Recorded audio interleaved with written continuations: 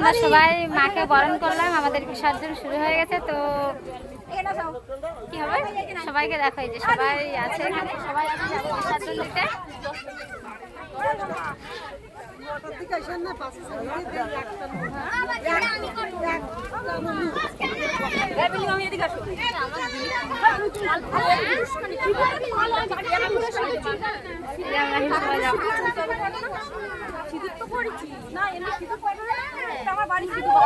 আসছে বছর আবার হবে, বলো আবার হবে। জয় জয়, আবার হবে, আবার হবে, জয়।